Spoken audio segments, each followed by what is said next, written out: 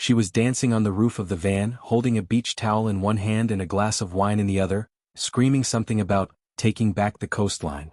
What she didn't know, what none of the people around her knew, was that inside that glitter-covered van, one of the secure narcotics compartments had just been forced open. Karen had pried it loose with a metal spatula. Now the vial was gone and the chemical compound inside it was lethal. I watched the live stream from the crowd, every instinct in my body telling me to move. Then I saw them, two men watching her from the edge of the carnival, not clapping, not laughing. One of them had a burner phone.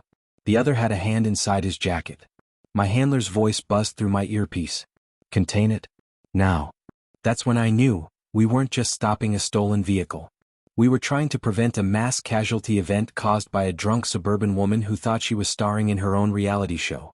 Before we dive into how this HOA Karen went from Flamingo Lawn Decor to facing federal charges for tampering with classified materials, I'd appreciate if you could take a second to support the channel. A like really helps push these stories to more people, and if you enjoy real, chaotic cases like this one, hit subscribe. We've got new stories every week. Also, let us know in the comments where you're watching from. I promise we read them all. It's one of the best parts of our day. Now, let's rewind. My name's Cal. That's not what's on my government badge, but it's what people call me around here. I moved to Grey Rock Hills under the name Calvin Mertz, logistics consultant, widower, low profile. In reality, I'm a mobile ops specialist for the Department of Homeland Security. I monitor, gather, and secure intel across state lines using custom surveillance vehicles that look like old RVs. The one parked behind my gate? It's not just a van. It's a federal-grade mobile lab. Reinforced shell. Biometric locks.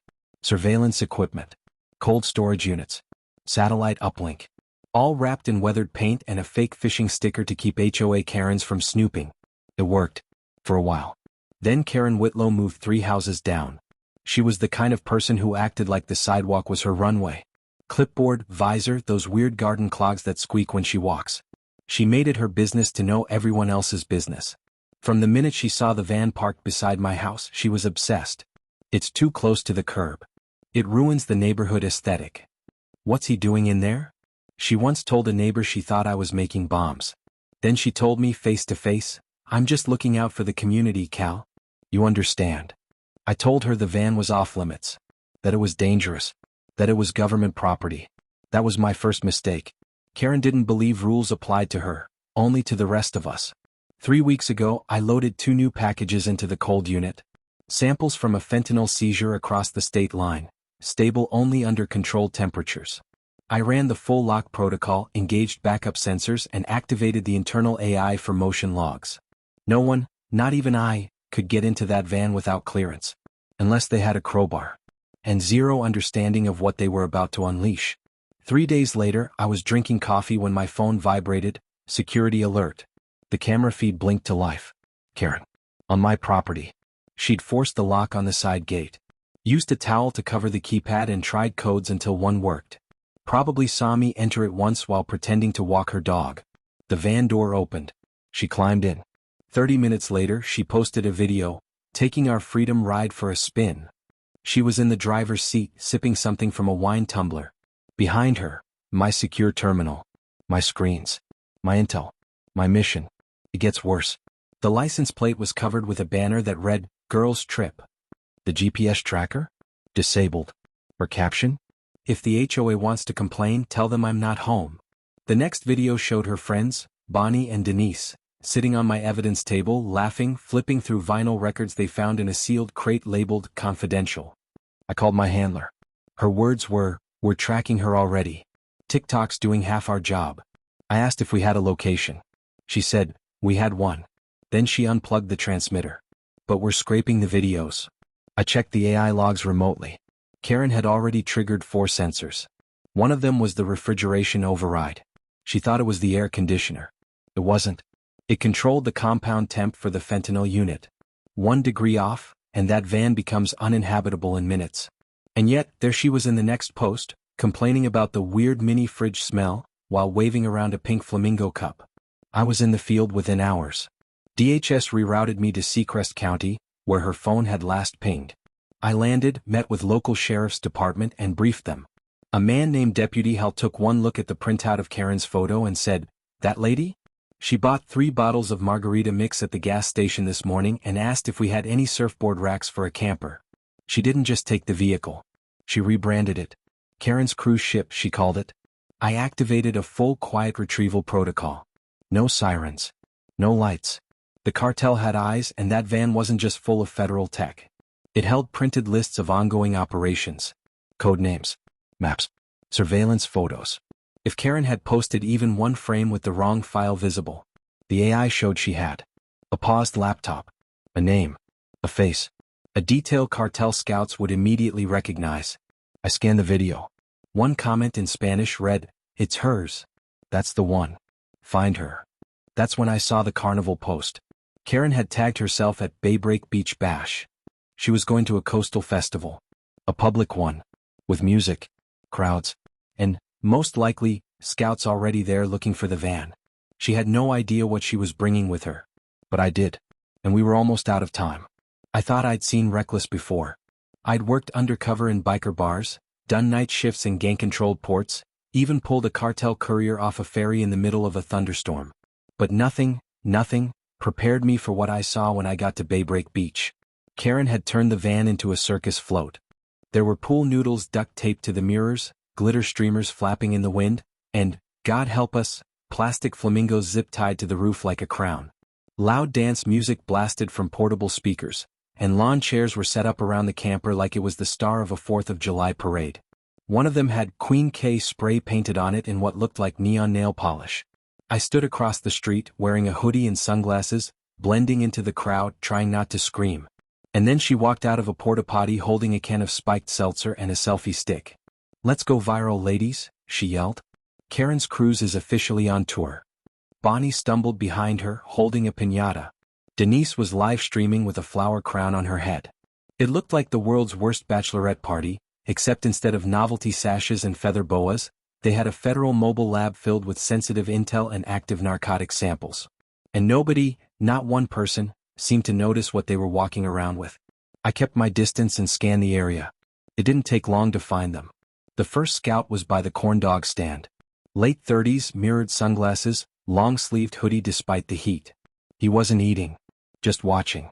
The second was sitting on a bench near the sand sculptures, holding a phone horizontally, pretending to play a game, but his eyes never left the camper.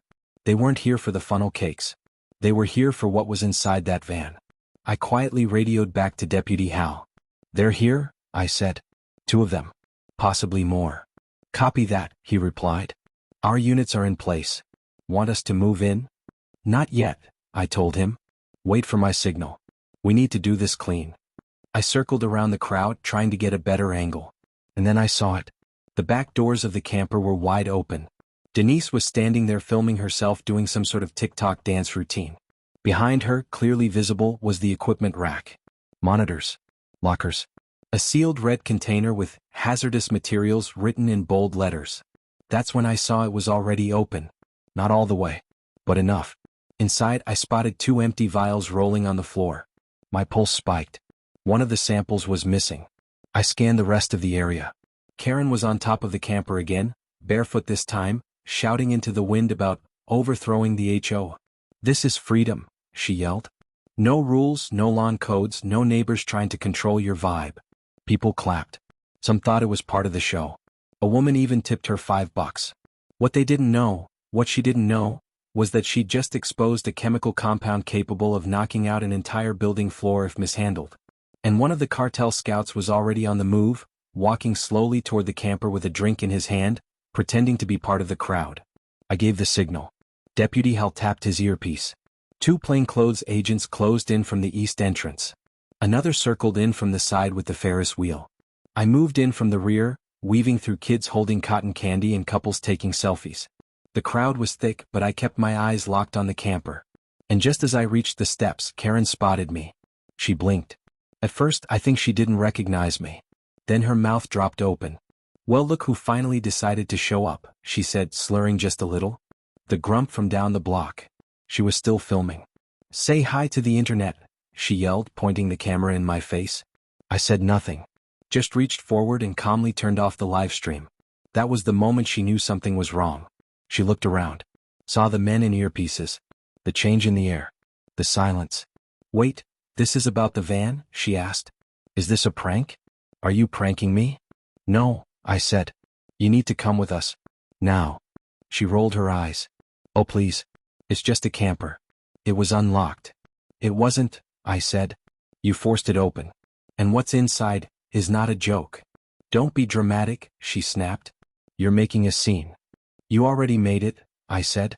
All over social media. That's when one of the agents grabbed her gently by the arm. Karen screamed. This is harassment. I know my rights. This is because of the HOA, isn't it? I'm being targeted because I grow lavender too close to the curb.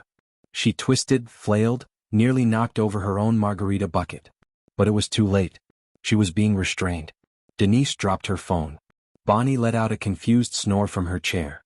But before we could even start clearing the area, the real trouble hit. I heard shouting from my earpiece. They're moving. 2 men. Fast. I turned and saw them. The 2 cartel scouts. They were no longer blending in. One of them had his hand in his jacket.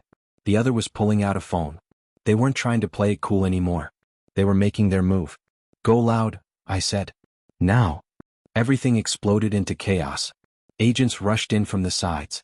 One of the scouts ran for the boardwalk. Another tried to disappear into the crowd. I chased the one headed for the Ferris wheel. He threw his phone into the sand, then bolted down the path toward the parking lot. He didn't get far. One of our guys tackled him near the lemonade stand. The second was taken down with a taser before he even made it past the snow cone truck. People screamed. Parents grabbed their kids. Music cut out mid-song. Karen, still in handcuffs, looked around like it was all some fever dream. Are those guys with you? She shrieked. Are they part of the HOA too? It took 20 minutes to clear the scene. The carnival shut down. The camper was sealed. And Karen Whitlow officially went from HOA Karen to federal suspect. And trust me, she still had no idea how deep she was in. Back at the station, Karen was still yelling. This is a misunderstanding, she shouted from the holding bench. You people don't get sarcasm. That van was just sitting there. How was I supposed to know it was some kind of secret government Winnebago? She said it like that explained everything. I stood in the hallway outside the room watching through the glass. One of the agents was calmly filling out a form while Karen ranted about how her cousin used to work for the DMV and that she'd make some calls. She still thought this was about a parking violation or maybe trespassing at worst. What she didn't know was that the moment her live stream showed those vials and that laptop screen, everything escalated. She had exposed facial recognition data, asset maps, case numbers, some of which were part of sealed operations years in the making. And she filmed them with a glitter filter and background music. We sent in text to scan the camper. One guy came out holding a nacho cheese-stained hard drive and said, she stored snacks on top of the encrypted server. Another found a USB stick jammed into a fiber optic port. Not ours. Turned out Denise had plugged it in to see if there was any music. There wasn't. But there was a signal ping from a server in Central America 20 minutes later. Someone had tried to remotely access the drive. That's when we knew. It wasn't just a Karen problem anymore. We had a foreign actor sniffing around the contents of a federal surveillance lab, thanks to a group of middle-aged party girls with flamingos and Facebook Live. I got pulled into a debriefing at Regional Command that evening. The director laid it out clean. The breach was internal. The exposure is international. We need to know how much was seen, how much was downloaded, and how far this spread. Everyone was furious. Not just at Karen but at me, for letting a civilian get within 6 feet of that van. For assuming a HOA pest wouldn't be dumb enough to do the impossible. And I was furious at myself. I'd underestimated her. Thought she was just another nosy neighbor with too much free time and too little self-awareness. I'd seen her as a nuisance. An annoyance. But she was worse than that. Karen was dangerous in the way only truly confident people with zero understanding of consequences can be. The kind who think keep out signs or suggestions. The kind who think that if they smile hard enough, rules don't apply. She wasn't malicious. That almost made it worse. Because she never believed for a second that she was wrong. The team was still going through the live stream footage. At one point she'd used a sterile analysis tray to serve shrimp cocktail. At another, she mistook a handheld scanner for a portable wine warmer. She spilled rose on the evidence bag from a Texas border sting. And she wiped it up with her beach towel. My handler looked me dead in the eye and said, she's lucky she didn't blow the whole van. She's lucky she's not dead, I said. Because here's the part no one talks about. Those samples, if cracked open the wrong way or exposed to heat, Don't just go inert. They aerosolize. You don't feel it right away. You breathe it in, then your heart stops. Karen could have taken herself and both her friends out before the second verse of their beach playlist ended.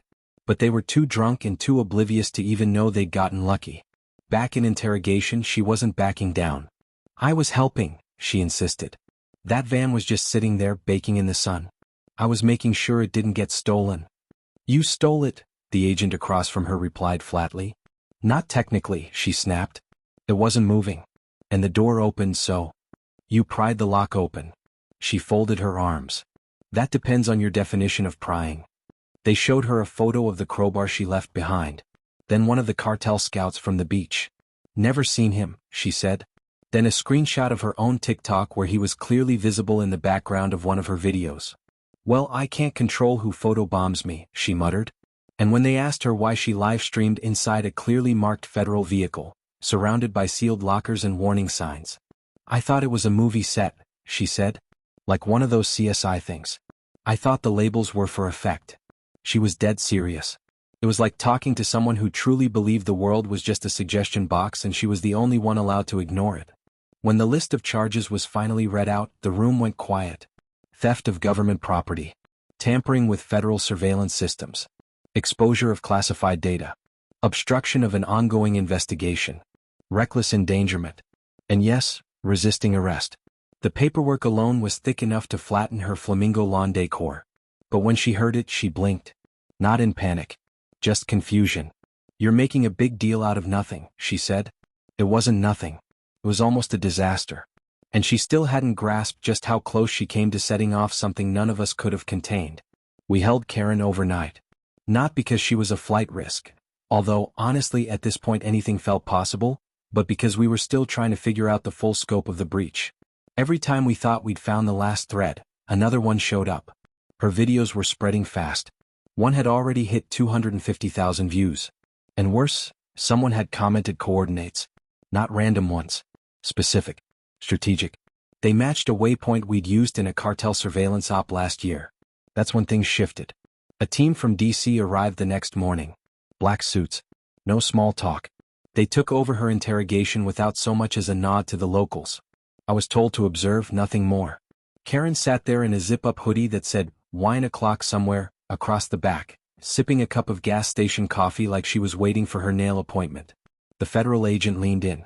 Did you knowingly access federal intelligence servers? Karen blinked. I accessed the air conditioner. Did you open or tamper with sealed containers labeled hazardous? I opened a cooler, she said. Because it was hot. That's not illegal. It was not a cooler. Well, it had drinks in it. They were chemical samples. Which were clearly labeled, "Do not consume." I didn't consume them. The agent's jaw flexed. Did you film inside the van after being aware it contained secure equipment? Karen looked genuinely offended. I film everything. That's called content. And FYI, that van got me more views than my entire Thanksgiving turkey brining series combined. You could feel the tension in the room. It wasn't just about her answers. It was the tone. The sheer audacity of it. She genuinely believed none of this was her fault. And to her credit, she wasn't faking it. Karen didn't try to manipulate the government. She was just so entitled she couldn't imagine she'd done anything wrong. Meanwhile, back at the scene, the lab team found another surprise. In one of her live streams, only 6 seconds long, almost unnoticed, Bonnie had filmed herself rummaging through what she thought was a snack drawer. It wasn't. It was a locked microfilm case with a fail-safe trigger. She'd opened it using what she later said was, "That cute little coin thing from my charm bracelet." They disarmed it just in time. If she twisted that piece the wrong direction, the entire drawer would have flooded with foam sealant and wiped the drive inside.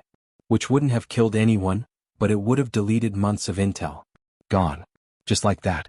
All because someone wanted trail mix. I stepped out for air. The sheriff found me in the lot behind the building, leaning on a patrol car. He handed me a bottle of water and said, "This might be the dumbest crisis we've ever handled." "Dumb doesn't mean harmless," I said. He nodded slowly. "Yeah. That's the problem." While we were standing there, his radio crackled. Something about a breach. We both stiffened. Turned out, one of the cartel scouts had posted bail. That should have been impossible. He was flagged, red-listed, and still somehow, someone made it happen. A shell bail bond company paid the fee. No ID trail. No phone calls. Just gone. That's when it hit us. This wasn't over. Karen might have been the one who cracked the lock, but someone else was still out there trying to pick up the pieces. To salvage what they could from the chaos she caused. To extract whatever was left. We scrambled. The agents pulled up satellite footage. Heat signatures. Nothing concrete. But then we got a ping. A post, barely visible, low-res, badly lit. It was a photo of the camper. Not from the beach. From last night. After the raid. After we'd sealed it. It was in a storage yard, surrounded by fencing. Alone. But the photo wasn't taken from a drone or a helicopter. It was from ground level. Through the fence. Someone had gotten close. Too close. We raced to the site. When we got there, the van was still locked, still untouched on the outside. But the padlock on the gate? Clip. Not broken, cut clean like with bolt cutters. Someone had already been there. We checked the internal logs. Movement detected, 3:42 a.m. Pressure trigger, tripped but reset manually. The AI had one image, blurry, snapped during the sensor breach. A silhouette. Thin. Matte. Holding something metallic. Not Karen. Not Bonnie. Someone who knew what they were doing. Someone who'd followed the mess and was now trying to capitalize on it. This wasn't just cleanup. This was extraction. Karen had made the first crack in the wall. Now someone else was trying to push through. And we were running out of time to stop them. That night, my phone rang at 11:46 p.m. Unknown number. I let it go to voicemail. I played it back. A voice distorted. But American. 2 words. Wrong lock. That's when I realized. The camper wasn't the real target anymore. Karen was. We put Karen under protective custody the next morning. Not for her safety, at least not in the usual way, but because she had become a liability in a live operation that now involved a cartel, a federal tech breach, and an unknown third party who apparently wanted her alive, for something. She didn't get it, of course. She still thought she was the victim. This is just because I embarrassed the HOA, she said. People can't handle a strong woman with a platform. No, Karen. People can't handle a woman who live streams a federal narcotics chamber while drinking sangria. We moved her to a secure facility under a fake name. Even that didn't go smoothly. She complained about the lighting, the lack of gluten-free snacks, and that she wasn't allowed to bring her bathrobe with the wineglass embroidery. Meanwhile, we finally got a clean ID on the masked intruder from the storage yard. Former cartel tech contractor. Specialist in digital recovery. He was trying to access Karen's cloud storage. You see, she didn't just film the van. She backed up all her footage to a public-facing Dropbox account, linked to her wellness blog. Behind the scenes of my life, had 74 followers, and one of them wasn't human. The cartel had built a bot that scraped new uploads for metadata. That's how they got the shot of the storage yard. That's how they knew where she was. And that's how we traced the final thread. Karen's phone had an auto-sync backup that uploaded even deleted videos. One of those files, one she didn't even remember filming, contained a 3-second glimpse of a sealed folder that included an asset ID and a deep cover name from an open case. If that name got out, someone would die. We shut the entire blog down. Blocked the files. Wiped the cloud. But it was close. Way too close. Karen had no clue. At the final hearing, she showed up in a pantsuit she said was inspired by Nancy Pelosi, but with more sparkle. She smirked through most of it. Winked at the press. Told a reporter she was just glad to have raised awareness. The judge didn't smile. Not once. The charges were read. Her lawyer asked for leniency. She interrupted to say she didn't regret anything. I made people laugh, she said. People connected with me. The courtroom went silent. The prosecutor handed over the DEA risk report. The folder was nearly 3 inches thick. The judge read 2 pages, then delivered the sentence. 7 years. Federal prison. No parole. Karen blinked. That was the first time her smile cracked. She looked around like someone was supposed to object. Like there had to be a camera crew about to yell, "Gotcha." But there wasn't. The cuffs clicked shut again. And that was it. They led her out the back. No live feed. No glitter. No followers left to clap. She never knew how close she came to setting off a war. She never knew how many people almost paid the price for her weekend joyride. And she still probably doesn't. Because people like Karen think the world bends around them. Until one day it doesn't. Actions have weight. Even the ones made with wine in hand and phone in the other. This wasn't about punishment, it was about stopping a crack from turning into a collapse.